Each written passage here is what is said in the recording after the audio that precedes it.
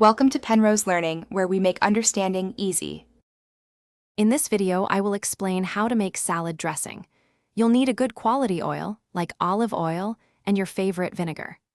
Add a pinch of salt and pepper, maybe a touch of Dijon mustard for extra flavor and emulsification. Whisk everything together vigorously until it's beautifully blended and creamy, creating a perfect base for your greens. For a creamy texture, mayonnaise or Greek yogurt makes an excellent base. Incorporate fresh herbs like dill or chives, a squeeze of lemon juice, and your preferred spices. If the dressing is too thick, a little milk or water will help achieve the perfect consistency for drizzling over your favorite salad. Don't be afraid to get creative. Try different oils like avocado or walnut and various vinegars such as balsamic or apple cider. A touch of sweetness from honey or maple syrup can balance acidity beautifully. Fresh garlic, minced shallots, or grated ginger also add wonderful depth and complexity. Proper storage keeps your dressing fresh.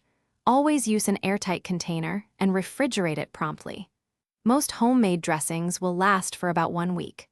Remember to give it a good shake or whisk before serving to re-emulsify the ingredients and ensure every bite is delicious and well-coated. Thanks for watching. If this was helpful, leave a like and consider subscribing. See you next time.